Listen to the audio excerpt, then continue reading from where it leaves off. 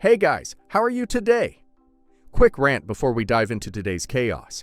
As some of you might have noticed, YouTube's algorithm has decided I'm not special anymore. Shocking, I know. So now if you don't like, comment, or do a little backflip in the algorithm's honor, this video might just vanish into the void, never to be seen again. Seriously though, even a hi or "this is wild" in the comments helps way more than you think. It tells YouTube, hey, people actually like this channel. Maybe don't hide it from everyone. That can really help push my videos out to a wider audience, not just to my subscribers. So if you enjoy these stories and want to support the channel, that's the best way to do it. Now grab a drink, get comfy, and enjoy the drama. You won't want to miss this one. I, 36 female, am a working mom. Always have been, always plan to be. I've built a career I'm proud of. I've worked my way up from entry-level jobs to managing teams in a competitive tech firm. My daughter Lily, 8 female, is the light of my life, and I've made every effort to be present for her even while working long hours. My husband, Jake, 38 male, used to support that. Used to.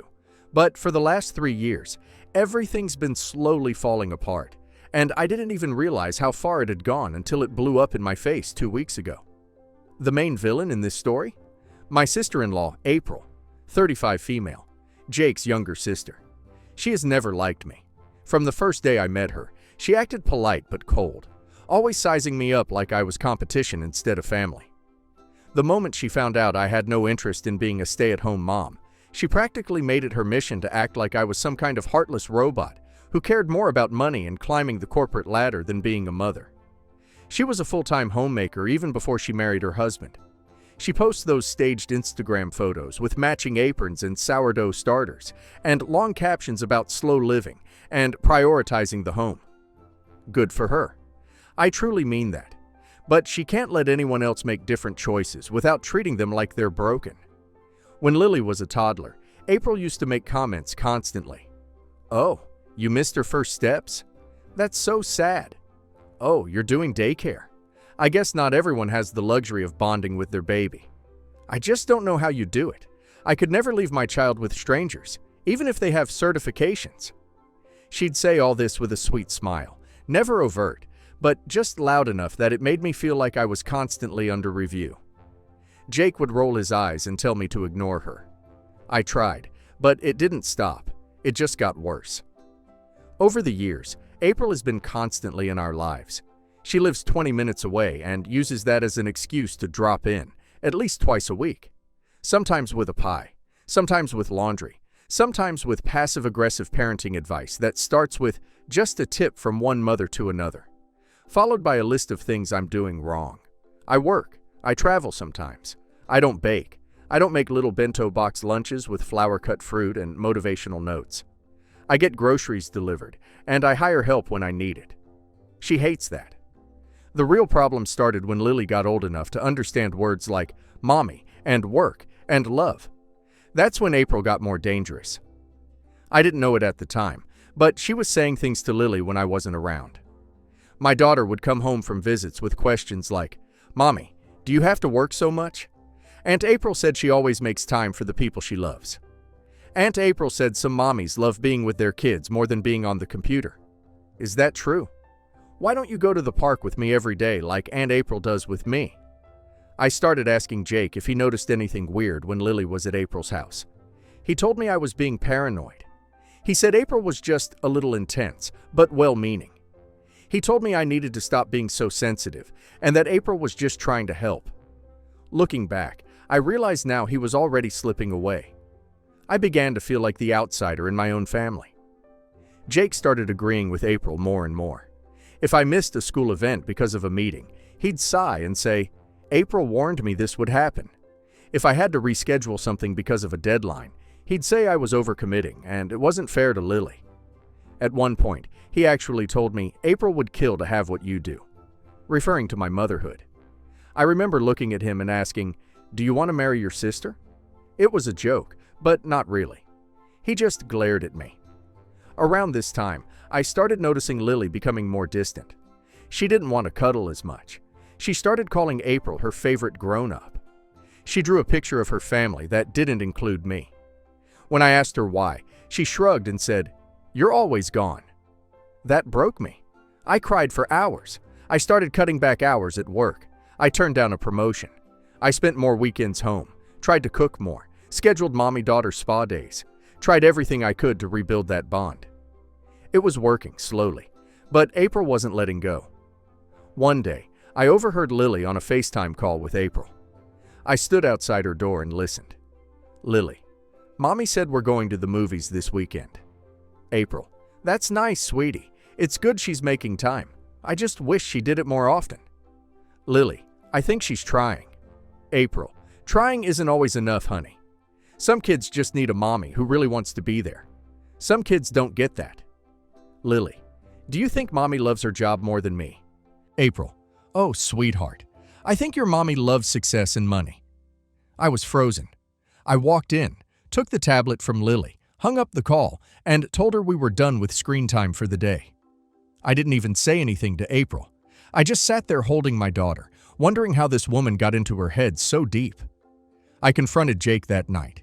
He said, "She's just trying to be there for Lily in the ways you can't." I said, "She's poisoning our daughter against me." He said, "If it wasn't working, would it even bother you?" That was the moment something died between us. And then came the final straw. 2 weeks ago, Jake had a family meeting at our house. I came home early from a client pitch because he said it was important. I walk in, and April is already there, sitting at the kitchen table with tea like she owns the place. Jake says, "We've been talking, and we think Lily needs more stability." I asked who we was, and he gestured toward April.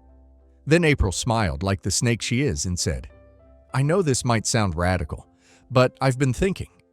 Maybe Lily should stay with me, at least for a while, so she can experience what it's like to have a full-time present mother." I was speechless, completely numb. She continued, "I've always loved Lily like my own, and I can give her what she needs, a mother who doesn't miss the big things, or the little ones." Jake didn't say a word. I asked if they were joking. They weren't. Then April, this smug, jealous, manipulative woman, looked me dead in the eye and said, "Maybe it's time Lily got the mother she deserves." That was it.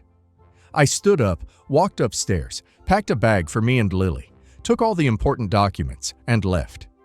I drove straight to my mom's house. Jake texted me 5 times that night, then called. I didn't answer. By the next morning, I had 112 missed calls between him and April, voicemails from both. April left a message saying I was overreacting and that she was just offering an option, and clearly hit a nerve because the truth hurts. Jake said I was kidnapping our daughter and destroying our family over a conversation. Later that day, I went to pick up something from the house, and I found something that made my blood run cold. At the table was a custody lawyer's business card, with notes on the back. Clearly, this wasn't just a conversation. This had been planned. They were planning to try to take her from me, my own daughter. I have a lawyer now, and I'm not going back. I've filed for separation and temporary custody. The lawyer says the voicemails is solid proof of premeditated manipulation. We've started documenting everything. Lily is back to smiling again. We bake together. We go on walks. She hugs me without being asked. She asked if she could call April less, and I told her, "You don't have to talk to anyone who makes you feel bad, even if they say it's love." I've blocked April on everything. I've told Jake if he wants to be in Lily's life, he can talk to my lawyer. He's now playing the poor me card, acting like I ruined the family because I left. So, Reddit, I have to ask, am I the a-hole for leaving with my daughter and cutting them both off after my sister-in-law said she should adopt her? Not the a-hole, and I am screaming for OP. Her sister-in-law wasn't just overstepping. She was trying to steal OP's child. The audacity of calling herself the better mother while scheming behind OP's back? That woman weaponized her infertility and bitterness to manipulate a little girl. And OP's husband let her. Run, mama. Run and never look back. And now let's hear community's opinion. You did the smartest thing a mother could do, protecting your daughter before it was too late. The fact that you found a custody lawyer's card. They weren't talking. They were plotting. Your sister-in-law's obsession with your kid is giving Lifetime movie villain. I hope you go no contact permanently, and never let either of them near your daughter again. The way they demonized you for working while secretly trying to replace you is next-level disgusting. Let me guess. If you were a stay-at-home mother baking muffins all day, they'd say you were lazy and ungrateful too? Your sister-in-law sounds like a jealous woman who couldn't stand seeing another woman thrive. Good on you for burning that bridge before they pushed you off it. Not the a-hole. What April said about being the mother Lily deserves is absolutely chilling. She wants your child to fill the void her infertility left. That's not love. It's delusion. Your husband should be ashamed of himself. Don't you dare feel guilty. You didn't overreact. You saved your daughter from a complete psychological nightmare. I, 23 female, recently got engaged to Jim, 25 male. We don't like super extravagant weddings, so we plan to keep things simple and frugal. We received money from our families, but we're using it for a nice honeymoon and using our own bank accounts for the wedding day. Although the title may make it seem otherwise, my stepmother Kim and I have a good relationship. She gave me a hefty amount of money and asked that I use it for a dress. She said that she was very poor at the time of her first wedding and didn't get to wear a beautiful dress on her big day, and it would mean the world for me to get to wear one. I obliged. I wasn't planning on spending my own money on an expensive dress, but the amount of money she gave me is the opportunity to wear my dream dress. She even took me dress shopping along with my grandmother and helped me pick the most perfect dress. It was a classic fit and flare, and with all the money, I was able to get some custom embroidery done. Not only was it a beautiful dress, but it flattered my body perfectly. A few days after I picked out the dress, however, Kim approached me and asked me if I would like to wear her mother's old wedding dress from the 1970s, and said she'd give me twice the money she had initially offered to do whatever I pleased with if I agreed. I turned her down. I know it's a lot of money, but the wedding will be a day I remember for the rest of my life, and I really wanted to wear a dress that suits me. The dress in question was puffy with no shape. It would be like getting married in a down jacket. When I said no, Kim explained that she sent a photo of me in the dress to my stepsister, Bay, 25 female, and Bay had a freak out and said she wouldn't come to my wedding if I wore that dress. Some background on Bay. Our relationship was strained from the beginning. I had better grades than her, dated better-looking guys, went to a more prestigious college, got a higher-paying job, and now I'm getting married to the guy we both liked in high school while she's still single. Plus, Bay is overweight and very insecure about how she looks, and has always taken out her insecurities on me. Kim said watching me get married to Jim would be hard enough, and I didn't need to wear a dress like that and make it worse. I still refused to wear the old dress. I told her I'm not going to compromise my wedding to coddle Bay's insecurities. She then asked for her money back, and I said no. She gave me the money, and the dress is already paid for. I left it at that, but then I got a call from my dad telling me I was rude to Kim and Bay, and that I should be able to compromise a small thing about an otherwise perfect wedding for Bay's sake, or at least pay Kim back the money for the dress. I did give her back the leftover money, which was a couple $100, but I refused to give back the money I spent on my dress, or wear a different dress. Am I the a-hole for that? Not the a-hole. Bay's request is ridiculous, and Kim should have shut it down rather than leaving the onus on you. Why did Kim even send the picture when she knew about the crappy relationship and how jealous she is? She created the problem alone, and now wants to punish OP. You can't gift money and then demand it back for a situation you knew of beforehand. Bay also actually says indirectly, Bay can't see you wearing a beautiful dress, so please wear the ugly dress, which I hated so much wearing back then. Not the a-hole. I would uninvite Bay actually. She will ruin the wedding. And why have someone there who doesn't support you and the groom? Not the a-hole. Everything you said here is right. You shouldn't cater to her insecurities. Also, a gift is a gift. She gifted you the money. She can't take it back. That being said, right is more than one thing here. If you don't do something, you will suffer throughout the planning process and maybe the wedding. You should pay her back. If you don't, her money will be tied to your wedding forever. She will think she can boss you around. In this case, she's already trying to with the dress. Pay her back and be done with it. You'll still never hear the end of it because of her daughter's insecurities, but you won't add fuel to the fire with the financial part.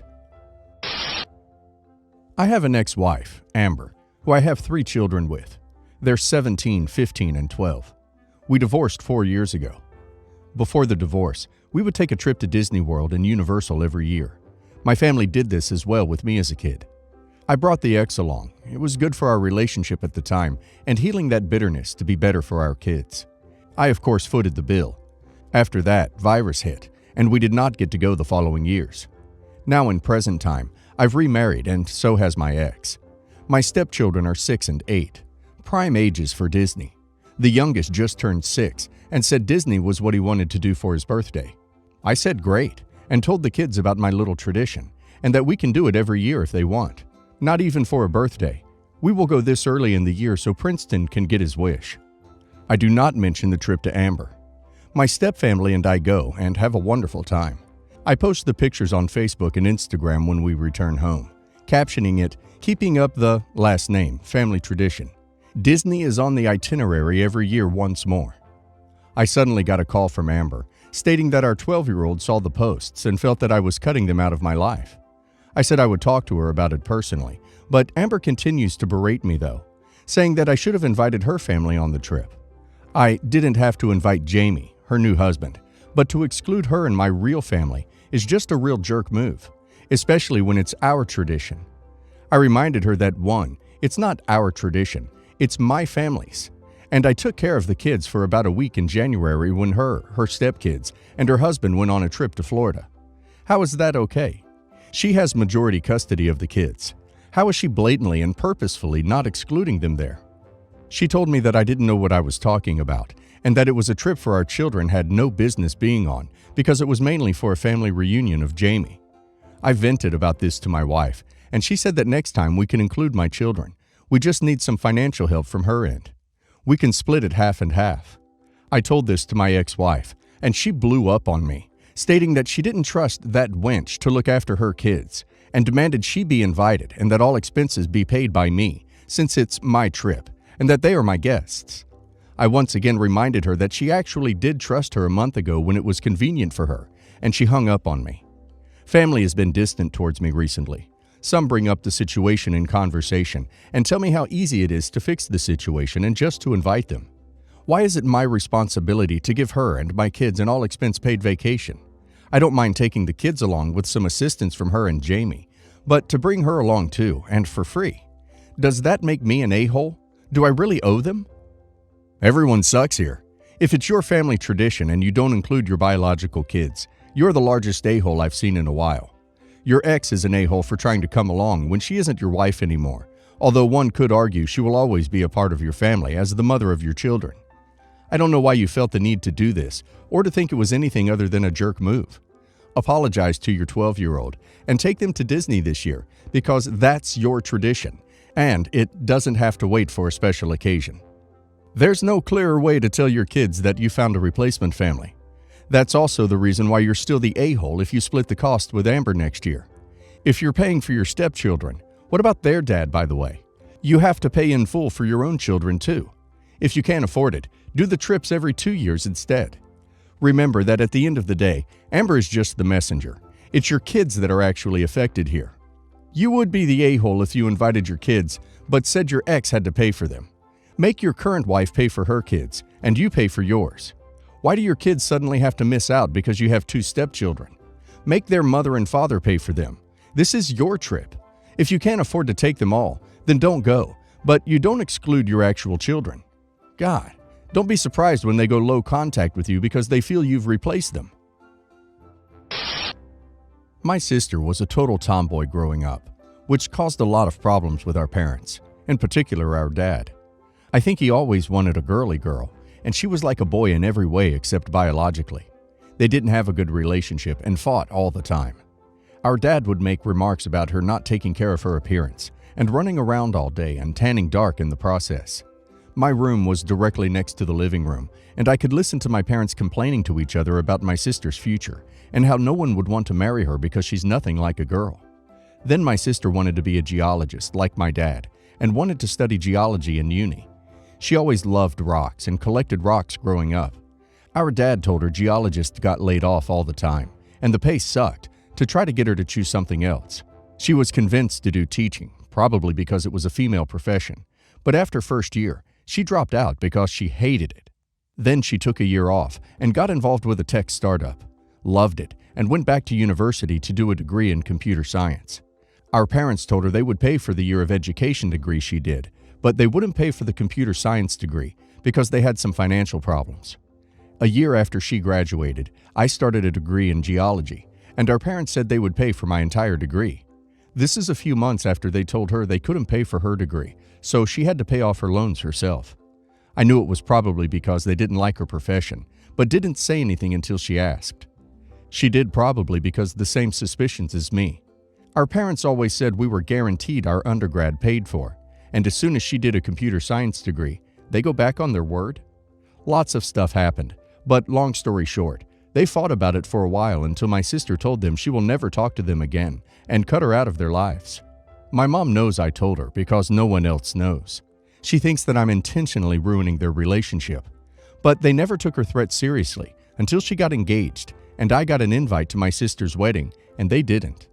Am I the a-hole for telling my sister I am getting college paid for and she isn't? Probably because she's doing a degree they didn't want her to. Hang on, I'm confused. You said she wanted to do geology, but your a-hole dad persuaded her against it. But now they will fully pay for your geology degree? What's changed in the market for your dad's opinions on layoff and poor pay to change so suddenly? Not the a-hole. By the way, you did your sister a favor. You freed her from any guilt she likely had on cutting your parents off, as this would likely have been bubbling for a while. Not the a-hole. You did the right thing. At least now she has a family member she can trust. Your parents didn't care about the relationship in the first place, or else they wouldn't treat her this way or lie to her. So don't let them guilt you for the natural consequences of their actions. It's absolutely not your fault. Not the a-hole, but your parents are huge a-holes, and I feel so sorry for your sister. It sounds like they've put her down her whole life and disrespected her a lot. As long as you weren't telling her to brag and rather to be honest with her, then I don't think you are an a-hole. That said, you could do more to stand up for your sister. No one deserves to be picked on by their own parents. I, 26 male, have always protected and stuck my neck out for my little sister, 25 female, but she has a toxic case of baby syndrome. There are 5 of us, with the oldest being 35. The past 2 years, she's been reckless, irresponsible, immature, all of the above, disrespectful. She'll send 10-page letters cussing you out and then block you before you can reply. Basically reverted back into a teenager. 9 months ago, she needed a place to stay to get her life back on track after a bad relationship. Her credit is ducked, can't rent, can't lease, and I had an extra room, so I let her stay. She manipulated me into moving out so she can do her own thing, grow up, become an adult. So I left. It put me in a bad financial spot, but I did it for her. I told her as long as she was responsible, kept up with the bills, we'd be good, no eviction. She got a repossession on my credit some years back when I helped her with a car, as well as our brothers, so this was going to be my straw. She agreed because she was planning on moving her best friend and girlfriend in, so now 3 people splitting the bills. Cool. I had nothing to worry about. The money's there. She alone brings in $7,000 a month. Why should I worry? Come to find out, rent was 3 months behind. She had changed all the contact info in the portal, so I was getting no notification. Keep in mind, this whole time we had been hanging out and seeing each other working on rebuilding our relationship. She had been looking me straight in the eyes, lying to me, telling me things were paid. And I kept telling her, okay, I trust you because you want everyone to treat you as an adult. Lights cut off, just everything behind. She'd been getting the police called over there numerous times for domestic reasons. When the leasing office finally got a hold of me, it was a mess. So now I'm trying to clean it all up. $7,000 is what I now owe. She has no intent on paying or helping, especially since she just got herself fired because she thinks she's too good to work. Works underneath older sister, so always had job security. So now she's in cosmetology school. The apartment is damaged. Between the drama and the lies, she doesn't think this is all that serious. She even got arrested for the first time during one of those domestic calls. I picked her up driving in a snowstorm. She yelled at me as soon as she came through the doors. I'm sick of her. I don't want me and my girlfriend getting stuck paying this. We can't afford it. So I researched. I can file a small claim case for property less than $20,000. She scammed the military, so she gets a 90% check that I would love to have garnished since she just blows it on BS anyways. I'm always cleaning her messes up. We all are. I want to show her that she can't keep screwing people over and getting away with it. I want my money. So, am I the a-hole for suing my little sister? Not the a-hole. She needs to learn some responsibility and accountability. And she's never going to do that if she keeps getting babied. It's not your responsibility to keep getting walked all over for the sake of the relationship. Not the a-hole, but you are an enabler. I also would expect to sever all ties with your sister once this goes down. I find it interesting she brings in $7,000 a month, and she happened to incur a $7,000 in damage estimates. Also, if you don't have any of your agreement in writing, I think you can kiss the legal case goodbye. I hope you learned your lesson. Just remember, no good deed goes unpunished. Not the a-hole. You've been screwed by her financially before, but you invited her to do it again. Are you finally going to learn? I love my sister dearly and have grown to really appreciate my relationship with her over the years. However, she married a guy who often talks her into doing things that are unnecessary. He has had her work full-time jobs so he can stay home and build a barbecue business for years that never took off. More recently, my sister was returning home from her job when she was involved in a serious auto accident. She was hospitalized for a couple of days for observation and missed a week or so of work, but was otherwise okay. The other driver was at fault and assumed responsibility, and their insurance made a more than generous offer to my sister to help get their life back on track. However, her husband, my brother-in-law, decided to get an ambulance-chasing lawyer and talk my sister into suing the company that the other driver works for close to $1 million. Keep in mind that there were no D or alcohol involved, and the other driver had also just finished her shift at her job and was going home as well. My partner and I do not agree with this, nor do we think it's necessary to sue. My sister barely graduated high school, so she was likely never going to make $1 million in her whole life. Additionally, her lawyer told her not to go back to work until the lawsuit is settled. So they have now lost their home, and much of what they own is being repossessed due to non-payment. Their son, my nephew, refuses to come home from college because he's so embarrassed at their situation. My sister wants support for them to continue this lawsuit, and my partner and I are not on board. We think it is cruel to the other driver to not just settle and move on, and it's unethical to sue the other driver's employer for something they had no control over. Am I the a-hole for not supporting their frivolous lawsuit? Not the a-hole. Stay as far away from this as possible. Your sister and brother-in-law are seeing this as a cash grab. The lawsuit will more than likely be thrown out or dismissed in court. No D or alcohol were involved. The other driver and insurance assumed responsibility and paid out. You can love someone but not like their choices. This is one of those times. If this is what they are choosing to do, let the consequences of their choices fall where they may. Just had an accident a few weeks ago, rammed twice by a work truck. Other driver never took responsibility and drove off. Hit and run. My lawyer stated quite clearly, try to avoid going a lawsuit until all other avenues are exhausted, and to not settle until it is certain everything has been dealt with, so you don't get screwed over. Not the a-hole, as it sounds like the husband has dollar signs in his eyes, and they got a lawyer who is quite unscrupulous. Just don't punish the kids for the parents' mistakes. Not the a-hole. What grounds do they have to sue the company? If the other driver was not using a company car and was not leaving some work event with alcohol, I don't see how there could be a case against the company. Maybe the settlement from insurance wasn't enough, but going bankrupt trying to sue a company is ill-advised.